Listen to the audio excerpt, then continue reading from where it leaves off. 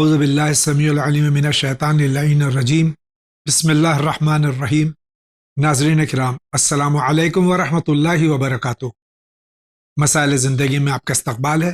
آج ہمارے اسٹوڈیو میں مہمان ہیں حجت الاسلام جناب مولانا حسنین صاحب رضوی۔ ہم ان کا پرتپاک خیر مقدم کرتے ہیں۔ یاد ہوگا آپ تمام ناظرین کو کہ جب یہ سلسلہ شروع ہوا تھا مسائل زندگی کا، لائیو شو جا رہا تھا، اس زمانے میں 40 ایپیسوڈ مسلسل حجت الاسلام کے ساتھ ہمارے ہوئے تھے۔ اس کے بعد میں یہ سیٹلائٹ چینل ہوا، اس کے بعد میں بھی کئی پروگرامز ہم نے آغا کے ساتھ میں کیے۔ پھر اللہ تعالیٰ کے حکم سے یہ چینل مزید ترقی کرتا رہا، لیکن آغا کی طبیعت کچھ ناساز ہو گئی، جس کی بنیاد پر آغا تشریف نہیں لا سکے۔ لیکن آج ہم بہت ہی شکر گزار ہیں کہ آپ تشریف لائے اور ہمارے اس پروگرام میں ایک بار پھر سے آپ شرکت فرما رہے ہیں۔ میں اپنی جانب سے، تمام ناظرین کی جانب سے، اراکین کی جانب سے آغا کی خدمت میں عید مباہلہ کی مبارکباد پیش کرتے ہوئے ان کا استقبال کرتا ہوں۔ آغا السلام علیکم ورحمۃ اللہ وبرکاتہ۔ وعلیکم السلام ورحمۃ اللہ وبرکاتہ۔ اللہ تعالیٰ آپ کو صحت و سلامتی جلد از جلد بطفیل محمد اور آل محمد علیہ الصلوۃ والسلام عطا فرمائے انشاءاللہ۔ اور آغا، میں اس سے قبل کہ آج کا ایپیسوڈ شروع ہو، اگر آپ کچھ پیغام دینا چاہتے ہیں عید مباہلہ کے سلسلے میں تو ارشاد فرمائیں۔ بسم اللہ الرحمن الرحیم، الحمد للہ والصلاۃ علی اہلہا۔ سب سے پہلے میں اپنے ناظرین کی خدمت میں عید غدیر، عید اکبر کی مبارکباد پیش کرنے کی سعادت حاصل کرتا ہوں، اور اسی کے ساتھ عید مباہلہ کی بھی مبارکباد پیش کرتا ہوں، اس لیے کہ عید اکبر یہ شیعوں کی یا سنیوں کی عید نہیں ہے، مسلمانوں کی عید نہیں ہے، جی بلکہ اسلام کی عید ہے۔ بے شک جی۔ لہذا عید غدیر کو جو عید اکبر کہا گیا ہے اس کی طرف توجہ رہنا چاہیے، لیکن کہیں ایسا نہ ہو کہ عید غدیر کی اہمیت کے مقابلے میں عید مباہلہ نظر انداز کر دیا جائے۔ جی اس لیے کہ اہل بیت طاہرین علیہ السلام کو لے کے سرکار ختمی مرتبہ صلی اللہ علیہ وآلہ وسلم جو میدان مباہلے میں تشریف لے گئے ہیں، تو وہ قیامت تک کی ہدایت کا انتظام کیا ہے۔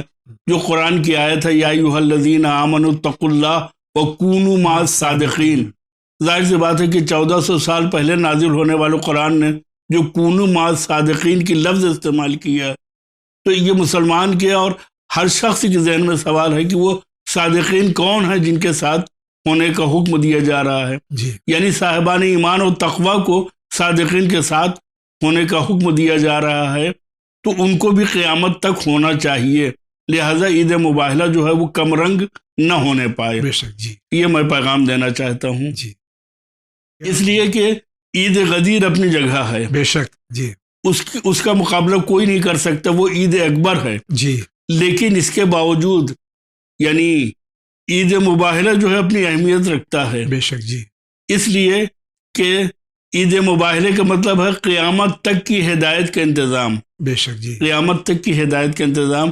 پردہ غیبت میں آج بھی صادقین کے ایک فرد امام زمانہ موجود ہے جن کے ساتھ ہونے کا حکم دیا گیا۔ جی انشاءاللہ انشاءاللہ خدا ہمیں ان کے خدمت میں حاضر ہونے کا اور ان کی دولت کریمہ کا ایک نوکر بننے کی توفیق عنایت فرمائے۔ الہی آمین۔ بہت بہت شکریہ آغا۔ ایک اجازت پروگرام شروع کریں؟ بسم اللہ۔ آئیے دیکھتے ہیں سب سے پہلے کس کا سوال ہے۔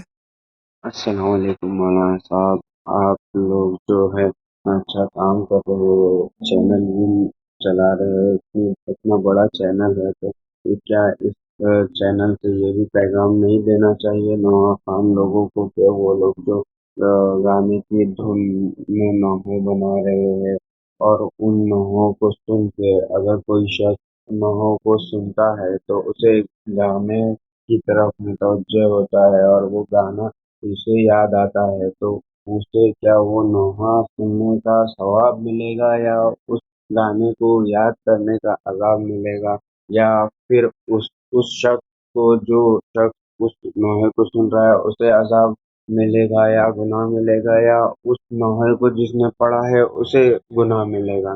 اس کا پلیز تھوڑا سا کنفیوژن ہے، اسے پلیز ایکسپلین کر کے جواب دے دیجیے. شکریہ. خدا. نعت و منقبت و سوز و سلام و مرثیہ و نوحہ اگر فلمی گانوں کے طرز پہ گایا جائے اور سنا جائے تو اس کے لیے کیا حکم شریعت کا؟ دیکھیں، یعنی نعت و سلام و سوز اور نوحہ تو اپنی جگہ ہے. جی. اگر قرآن بھی جی. فلمی دھن کے اوپر گایا جائے یا پڑھا جائے تو وہ غلط کام ہے. نہ اس کو ایسے پڑھا جانا صحیح ہے اور نہ اس کا سننا صحیح ہے. جی. لہذا لوگوں کو ایسی چیزوں سے احتیاط کرنا چاہیے اور دوری اختیار کرنا چاہیے. شکریہ. جن لوگوں نے یہ کام کیا ہے انہوں نے گناہ کر دیا، لیکن کم سے کم سننے والے جو ہیں پرہیز کریں جی. اور اس بات میں احتیاط کریں. شکریہ آغا. آپ کا کیا سوال ہے، فرمائیے. السلام علیکم جاوید بھائی اور آغا صاحب، آپ لوگ سب ٹھیک ہوں گے؟ آپ کو بہت بہت عید غدیر کی مبارک. اللہ آپ کو زندگی میں ہمیشہ ایسے اچھے دن دیکھنے نصیب کرے، اور سارے مومنین مومنات کو اور آپ لوگوں کو بہت بہت مبارک. اب آپ سے ایک چھوٹا سا میرا سوال ہے. یہ دعا مفاتی ہے، اس کے اندر یہ لکھا ہوا ہے 18ویں شب کی نماز کے بارے میں. تو مجھے اس کا خلاصہ پوچھنا ہے. تو سوال یہ کتاب میں اس طرح لکھا ہوا ہے: 18ویں ذی الحج کی رات یہ عید غدیر کی رات ہے جو بڑی عزت و عظمت کی حامل ہے. سید نے کتاب اقبال میں اس رات کی 12 رکعت نماز ذکر کی ہے جو ایک سلام سے پڑھی جائے گی. تو آغا صاحب اور جاوید بھائی، مجھے آپ سے یہ پوچھنا ہے کہ یہ جو ایک سلام سے کیا مراد ہے؟ 12 رکعت نماز کس طرح پڑھی جائے؟ پھر دوسری رکعت میں ایسے ہی ہر نماز میں، واجب نماز میں بغیر قنوت کے، بغیر صلوات کے تو نماز قبول نہیں. تو پھر ایک سلام سے کیا مراد ہے؟ مجھے اس چیز کا خلاصہ چاہیے. بڑی مہربانی. شکریہ آپ کا. خدا حافظ. شب عید غدیر کے سلسلے میں 12 رکعت جی جو جی نماز اس میں لکھا ہے کہ ایک سلام سے، اس سے کیا مراد ہے؟ جی دیکھیے، جس طریقے سے ہمارے ہاں واجب نمازوں میں سب سے طویل نماز جو ہے وہ 4 رکعت ہے. جی. تو 4 رکعت جو ہے وہ 2 رکعت کر کے نہیں پڑھتے، بلکہ 4 رکعت پڑھتے ہیں. 4 رکعت پڑھتے ہیں اور ایک سلام پڑھتے ہیں. جی. اسی طریقے سے 4 کے بجائے ہمیں 12 رکعت پڑھ کر کے پھر سلام پڑھنا ہے. جی. اس وجہ سے یہ 12 رکعتیں ہمارے لیے رکھی گئی ہیں. اور ایک بات بھی اور بھی واضح کر دوں تاکہ یعنی ان کا اشتباہ دور ہو جائے کہ قنوت اگر نہ بھی پڑھا جائے تو بھی نماز ہو جائے گی. نماز کے فضیلت میں اور نماز کے ادا ہونے میں کوئی فرق نہیں پڑے گا. ہاں، صلوات جو ہے اگر نہیں پڑھی جاتی ہے تو پھر نماز قبول نہیں ہے، لیکن قنوت کے بغیر نماز ہو جائے گی. یعنی ہم 12 رکعت ایک ساتھ نیت کریں گے اور پھر اس کے بعد 12ویں رکعت کے بعد تشہد اور سلام پڑھ کر کے نماز کو ختم کریں گے. یہ مطلب ہے ایک سلام کے ساتھ. شکریہ آغا. اگلا سوال. بہت صاحب، میں محمد جیری سے بول رہا ہوں. پہلے تو آپ سب کو بہت بہت عید مبارک ہو کہ جب یہ سوال پہنچے گا تو عید مبارک ہی ہوگی. اللہ امام مہدی علیہ السلام کا اسی سال ظہور کرے، آمین یا رب العالمین. جی جاوید مولانا صاحب، میرا ایک سوال ہے، اگر اس کی آپ وضاحت کریں تو اور لوگوں کی بھی اس میں انفارمیشن جو ہے وہ گین ہوگی اور اس میں میری بھی گین ہوگی. وہ دراصل سوال یہ ہے جاوید بھائی کہ جو عید غدیر کا مسئلہ ہے، جو من گنتو مولا و فاضا علی المولا، یہ جو رسول پاک نے جو خدا کا فرمان تھا جو سنایا تھا غدیر خم میں، اس میں انہوں نے صرف یہ نہیں کہ بتایا تھا کہ جس کا میں مولا، اس کا علی مولا. اس میں انہوں نے کیا یہ بھی بتایا تھا کہ کتنے 12 امام ہوں گے اور ان کی کنیت اور ان کا نام؟ اس لیے میں پوچھتا ہوں کیونکہ اگر سب کچھ عید غدیر نے بتا دیا تھا کہ کتنے امام ہوں گے اور ان کی کیا کنیت ہوگی اور آخری امام مہدی علیہ السلام ہوں گے، تو مجھے یہ سمجھ میں نہیں آتا کہ لوگوں میں اتنا فساد اور اتنی فرقے بازی کیسے؟ جب کھلا ہوا سب کچھ ہے رکھا ہوا تو اس کے بعد لوگ یہ کیوں نہیں مان رہے کہ یہ جو امام حسن عسکری کے علیہ السلام کے ہی بیٹے جو ہوں گے وہ امام مہدی علیہ السلام ہوں گے؟ یہ اتنی فرقے بازیاں کیوں ہیں؟ اگر صراط مستقیم خدا نے عید غدیر میں بتا دیا ہے تو 6، 11، 8،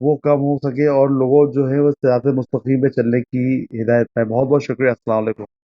سوال کو مختصر کر دوں کہ پہلی بات تو یہ کہ کیا یوم غدیر سرکار ختم مرتبت نے 12 اماموں کا ذکر کیا. دوسری یہ بات کہ ان کا سوال جو ہے کہ اگر کیا یا نہیں کیا تو آپ جواب آپ دیں گے، لیکن جب پہلے امام کا ہی ذکر کر دیا تو آج پوری دنیا کا غدیر مان رہی ہے. بہت اچھا جواب آپ نے دے دیا ہے، لیکن پھر بھی میں جواب دوں بسم گا اللہ آغا.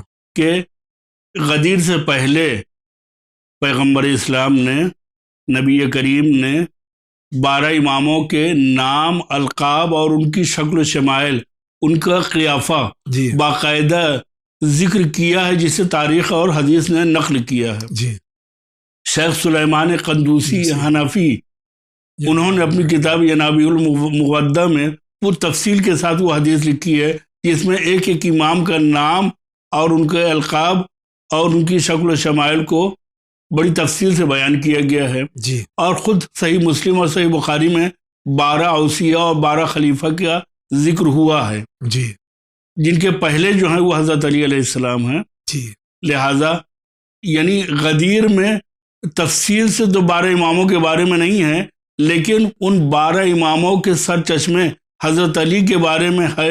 لہٰذا اگر علی کو مان لیا تو وہ 12 اماموں کو بھی گویا مان لیا ہے. شکریہ آغا.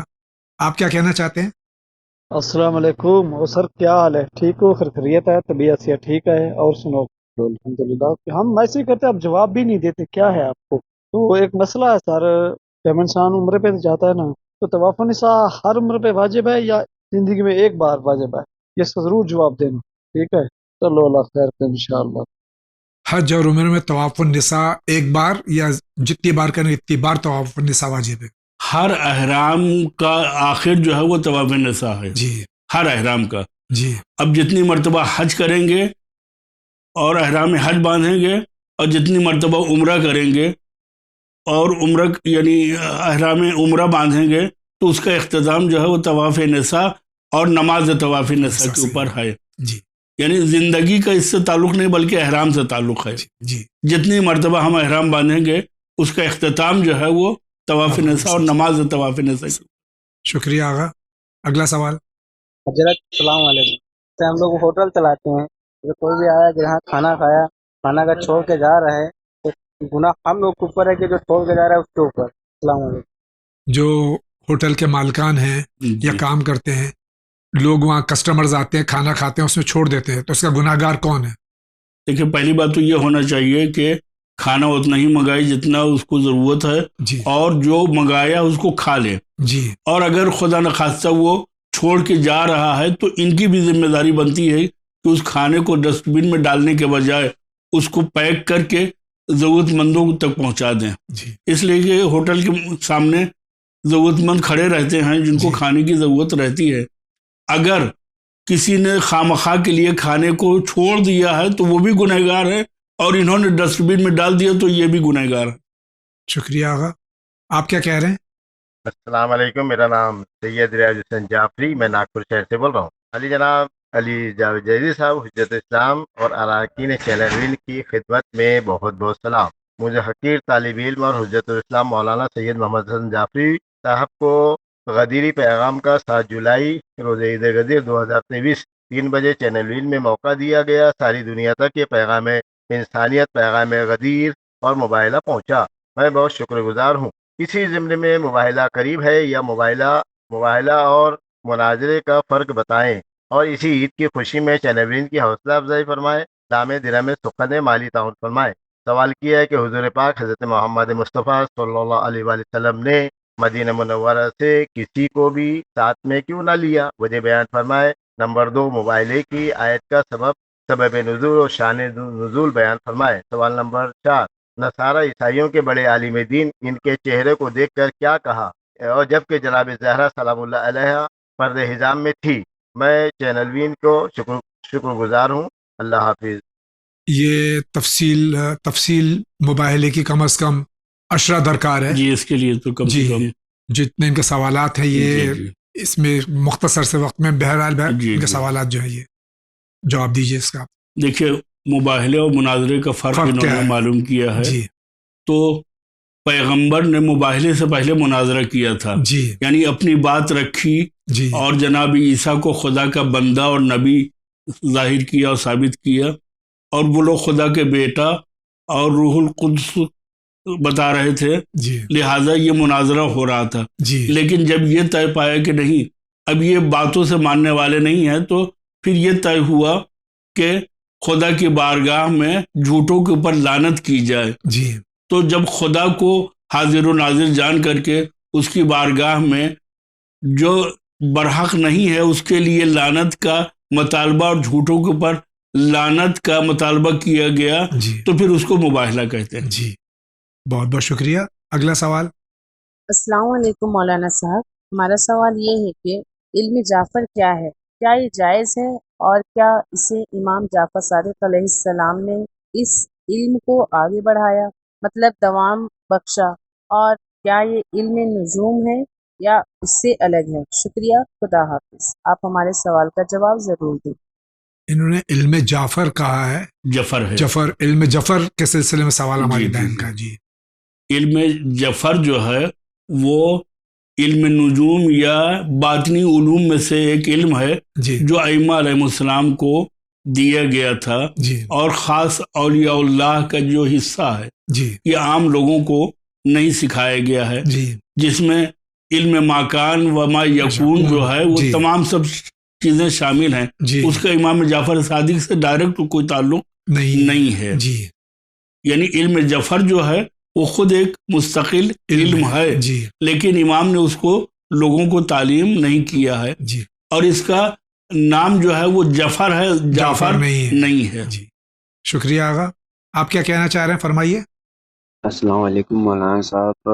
میں یو پی سے بول رہا ہوں. میرا سوال یہ ہے کہ کالے کپڑے جو محرم کے لیے ہم لوگ خریدتے ہیں تو کیا وہ خریدنا صحیح ہے؟ کیونکہ ہم لوگ بھی مطلب ممی ڈیڈی کہتے ہیں کہ پرانے کپڑے پہننا چاہیے، اور پرانے کپڑے کالے جو اس طرح سے ہے کہ بہت ہی اس کا کلر ڈل ہو چکا ہے، ایک دم خستہ حال میں ہو چکا ہے. تو مولانا صاحب مجھے آفس جانا ہوتا ہے اور کہیں جانا میٹنگ میں جانا ہوتا ہے تو وہ کپڑے پہن کے نہیں جا سکتے، تو اس وجہ سے مجھے خریدنا ہے کپڑا، اور خریدنے کا دل بھی نہیں ہے لیکن مجھے خریدنا مجبوراً خریدنا ہی پڑے گا کیونکہ وہ سارے کالے کپڑوں کے کلر اتر چکے ہیں. تو مولانا صاحب تو اس نیت سے اگر خریدا جائے کہ محرم میں پہننا ہے تو وہ بھی غلط ہو جاتا ہے کہ نئے کپڑے محرم میں کالے نئے لباس سلائے جا رہے ہیں، اور لوگوں کے بھی دماغ میں یہی چل رہا ہے کہ مطلب محرم فیسٹیول جیسا ہے